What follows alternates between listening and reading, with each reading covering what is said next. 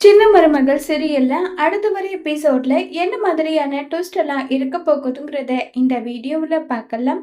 தமிழ்ச்செல்வி கிட்ட வந்து டாக்டர் சொல்லிடுறாங்க. அதனால தமிழ்ச்செல்வி வேற வழி இல்லாம அமைதியாவே தமிழ்ச்செல்வி ஃபீல் பண்ணிட்டு இருக்காங்க.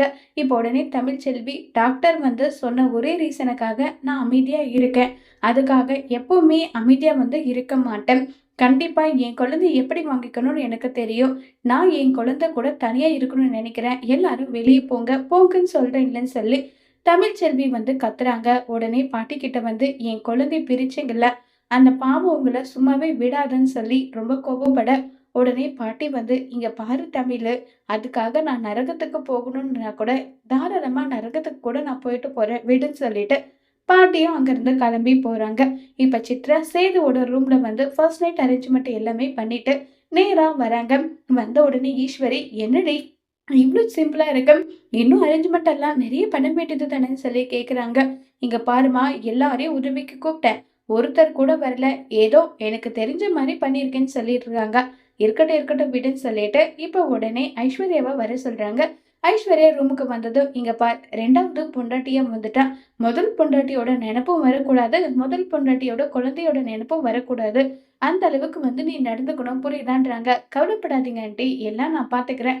எப்படி நடந்துக்கணுமோ அந்த மாதிரி நான் நடந்துக்கிறேன், கவலைப்படாதீங்கன்னு சொல்லி பேசிட்டு இருக்காங்க. இதை கேட்ட உடனே ரொம்பவே சந்தோஷத்துல வந்து இருக்காங்க. அடுத்ததா வந்து நம்ம சேதுவை கட்டுறாங்க. சேது வந்து குழந்தையோட ஞாபகமாவே இருக்க, குழந்தைய பார்த்துக்கிட்டே தான் சேது இருக்காங்க. மலருக்கு இது ஒரு மாதிரி ஃபீல் ஆகுது. இருந்தாலும் சேது உன் ஐஸ்வர்யா உள்ள கூப்பிடுறா, போ பாப்போன்னு சொல்லிட்டு ஈஸ்வரி அனுப்பிவிட குழந்தை அழுதுகிட்டே இருக்கா. இது வந்து சேதுவோட மனசுல ஒரு மாதிரி ஆழமா பதிஞ்சிருது. அடுத்ததா கரெக்டா நம்ம சேது உள்ள போகவும் தமிழ் வந்து மலருக்கு ஃபோன் பண்றாங்க. என்னக்கா குழந்தை அழுதுட்டு இருக்க? இல்ல தமிழ், என்னதான் நாங்க பக்கத்துல இருந்தாலும் உன்னுடைய நினைப்பு குழந்தைக்கு வராதா?